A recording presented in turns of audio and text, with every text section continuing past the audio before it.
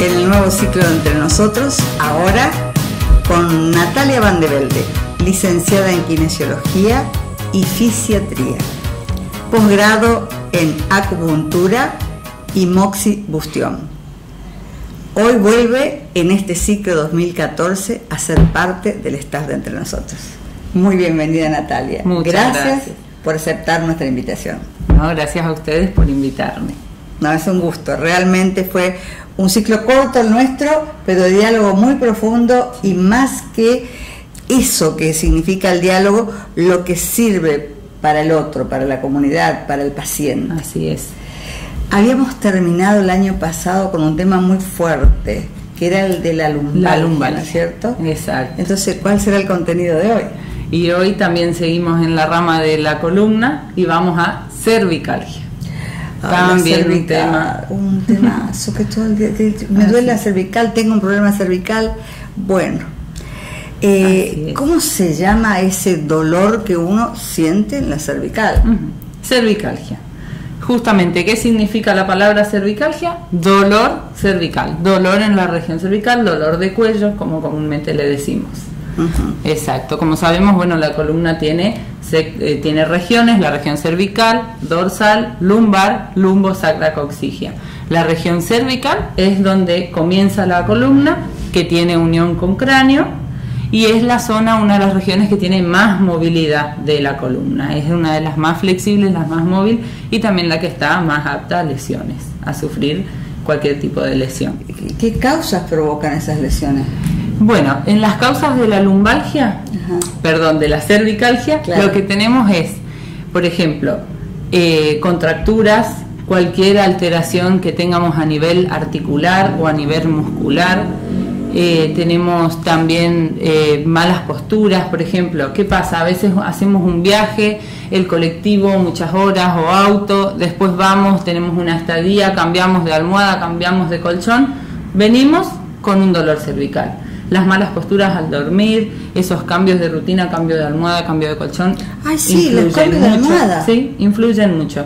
O no dormir bien, no dormir en una posición adecuada, dormir boca abajo, que implica tener en una posición mala, incorrecta, el cuello durante toda la noche. Todos son causas que genera una contractura, y esa contractura genera un dolor cervical. Vuelvo un poquito con la almohada. La almohada, hay características de almohada y también hay postura de la cabeza sobre la almohada. Sí, lo ideal a la hora de dormir es dormir boca arriba. Si dormimos boca arriba es sin almohada, y si dormimos de costado es con una almohada cervical que tenga el ancho de cuello a hombro. Este ancho de almohada, si es muy blandita la almohada, que sea un poquito más ancha, y si es durita, con este ancho estamos bien. Este es el ancho ideal de la almohada, y de costado una almohada cervical y una almohada entre las rodillas para cuidar también la zona lumbar. Y boca abajo es mejor no dormir, directamente dormir boca abajo. Una almohada entre las rodillas. Entre las rodillas. ¿Y cómo se mantiene? Y tenemos que cuesta. Primero, ¿podemos aprenderlo contigo? Bueno, podríamos hacerlo. Lo que cuesta es agarrar esa rutina al dormir. Las primeras veces que dormimos así, que cambiamos nuestra forma de dormir, ponemos una almohada ideal, una almohada entre las rodillas, seguramente al otro día amanecemos contracturado o con alguna molestia. Pero como es la postura correcta, tendríamos que ir implementándolo de a poco para poder cuidar que quede bien alineada la columna. Es la mejor manera de alinear la columna, dormir en esa posición. Y es la mejor manera de evitar la cervicalgia y las lumbalgias. Y las lumbalgias. Las dos, prevenimos las dos durmiendo bien. Entonces, a partir de ahí podemos empezar a hablar de la sintomatología. Sí. ¿Puede ser? Bueno, sí. Los síntomas que tiene la cervicalgia es principalmente dolor. Justamente la cervicalgia es dolor cervical. Pero tenemos síntomas que acompañan a esta cervicalgia, como puede ser fuertes dolores de cabeza, mareos, vértigos. También tenemos pérdida de movilidad, rigidez, que con la contractura a veces quedamos un poquito más rígidos. También por el dolor, inclusive a veces queremos hacer un movimiento y como duele, tratamos de mantener la misma postura sin moverlo, y eso lo va poniendo cada vez más rígido. Además, los síntomas en la cervicalgia, si tenemos manifestaciones a nivel de brazos, o sea, podemos tener un dolor cervical y también pesadez en los brazos, o como una sensación de hormigueo o de adormecimiento o como una electricidad, eso ya sería una cervicobraquialgia. Que compromete la cervicalgia, es solo dolor en la zona cervical, y la cervicobraquialgia compromete brazos, puede ser uno o puede ser los dos. Y por ejemplo, si una mano se siente acalambrada o queda endurecida, claro, y adormecida, puede ser, sí, puede ser, hay que ver si realmente viene de cervical el problema, puede venir de cervical, puede haber una hernia cervical, una hernia de disco cervical que esté comprimiendo, claro, que comprime los nervios y hace la manifestación, o también puede haber una reducción entre los espacios de las vértebras que pasan la artrosis. En la artrosis disminuyen los espacios entre las vértebras, se comprime, hay deformación en los picos de loros que solemos escuchar, todos son síntomas causas de la artrosis, entonces produce esta sintomatología. ¿Vas hacia las piernas también? Hacia las piernas sería si es una lumbocruralgia, claro, o una lumbociatalgia, claro, ya sería la zona lumbar. Si es de zona cervical y comprime en esta zona, si hay una hernia en esta zona, tenemos manifestación en la zona cervical y en brazos, manos. O sea, es la columna, desde arriba hacia abajo de la columna. Sí. Bueno, cuando aparecen estos síntomas, ¿qué hacemos? ¿Qué hacemos? Lo primero que hay que hacer es ir al médico. Podemos ir a nuestro médico de cabecera, explicarles cuáles son los síntomas que tenemos, explicarles desde qué fecha, desde qué tiempo lo tenemos, porque para saber si es una cervicalgia aguda o crónica, si es crónica viene de meses, entonces hay que ver, puede ser que haya otro tipo de lesión. Si es algo agudo, puede ser una simple contractura por una mala posición al dormir o algo. El estrés tiene mucho que ver, una de las causas que no nombré y es en las principales es el estrés. El estrés y las tensiones nerviosas hoy en día acá las depositamos, cervical o también las gastritis, cada uno lo manifiesta de distintas maneras, pero hay mucha gente que la tensión nerviosa y el estrés en la zona cervical lo depositan allí. Sí.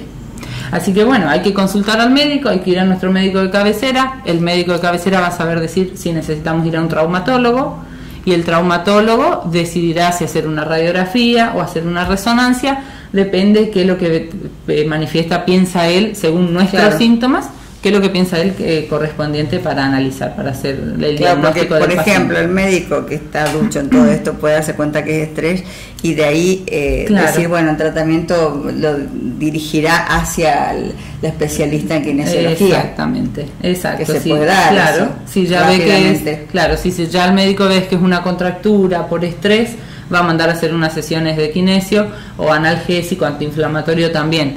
Pero si ya ve que viene de más tiempo o con otra manifestación, con manifestación en los brazos, va a mandar a hacer una resonancia para ver si hay una hernia de disco, ya algo más específico. Claro, que no estamos exentos, porque hoy todos, a veces uno se cree que porque tiene 30 años no puede tener presión alta, porque tiene 30 años o tiene 20, yo creo que todos tenemos que tener los cuidados y consultar. La consulta previa ayuda a muchas cosas, ¿no? Y así el estrés pasa por todas las edades. Sí, ¿Hay el tratamiento desde tu especialidad, Nati? Sí, desde la kinesiología tenemos 3 ramas dentro del tratamiento. Tenemos la kinesiterapia, la kinefilaxia y la fisioterapia. También así lo habíamos explicado en lumbalgia. En lumbalgia, sí, me acuerdo. Bien, en la kinesiterapia lo que tenemos son los masajes. Los masajes y las elongaciones, todo lo que sea manual. En la kinefilaxia tenemos todo lo que sea preventivo. Entonces, ¿qué vamos a hacer? Vamos a enseñarle a los pacientes a hacer ejercicios, a hacer distintos tipos de ejercicios o a hacer autoelongaciones ellos para no llegar a tener una contractura, no llegar a contracturarse tanto o a que no duela tanto. No vayan creciendo. Exactamente. Y desde la fisioterapia, que es lo que más ayuda tenemos, que son los aparatos, tenemos la lámpara de infrarrojos para generar calor, para relajar esa musculatura que está tensa, tenemos ultrasonido, que también es antiinflamatorio analgésico, tenemos los electrodos, que podemos utilizarlos para electroanalgesia, para calmar el dolor, tenemos láser también para calmar el dolor analgésico. Y bueno, después eso es lo que tendríamos dentro de la kinesiología básico. Lo que yo también puedo brindar. Lo que pasa es que ahora tu especialidad O sea, tu posgrado es acupuntura y moxibustión. Exacto. Y desde allí también tenemos tratamiento para la cervicalgia, también para calmar el dolor y relajar la musculatura en caso de que haya contractura. Lo que se hace es, bueno, la sesión con las agujitas estériles, todo como lo habíamos charlado en las... Pero lo vamos a ver, estamos viendo imágenes, ¿no? Sí, bueno, perfecto. Hay algunas imágenes que muestran lo que es una cervical normal y lo que es una cervical rectificada, por ejemplo, que pierde su curvatura normal. Hay una imagen de una cervical que tiene artrosis. Hay varias imágenes para ver. ¿Y la acupuntura? Sí, también imágenes del tratamiento. Perfecto. También, bueno, tenemos del lado de la acupuntura, entonces, como habíamos dicho la otra vez, una sesión de 10, 15 agujitas, dependiendo. Vemos si hacemos también una sesión recorriendo los canales por brazo, depende de la sintomatología. Siempre el tratamiento depende de la sintomatología y de cada paciente. Nunca el tratamiento es una regla, es estricto esto, sino que siempre depende de cada uno. Ajá. Entonces se evalúa los síntomas del paciente, se evalúa el estado físico de cada uno y ahí se ve el tratamiento. Y en acupuntura, bueno, tenemos las agujitas por un lado, tenemos también la electroacupuntura, que en caso se puede hacer primero la sesión con agujas y después un poco de electroacupuntura, que también sería como electroanalgesia. Tenemos la moxibustión, que es la estimulación de los puntos de acupuntura con calor. Y tenemos también las ventosas. Las ventosas, que es la aplicación de una succión, digamos, lo habíamos mostrado y hay imágenes también. Es bueno recordarlo. Y también el calor. Aumenta la circulación, claro, en la zona, genera calor y hace esa ventosa, claro, hace una succión como una sopapa. Exacto, como un efecto de sopapa, aumenta la circulación en la zona y esa circulación ayuda también un poco a bajar la contractura. Bueno, entonces hay muchas posibilidades de calmar el dolor. Exacto. Y también tengo también, que hay imagen, por eso lo digo, está la técnica de taping. Taping es un vendaje terapéutico, es una venda adhesiva, elástica y adhesiva, que es la que se ven los deportistas, esas que andan los deportistas con las benditas de colores. Sí. Bueno, también ayuda a relajar la musculatura y a calmar el dolor. Bueno. Así que tenemos de todo. Tenemos que ir urgente, señor director.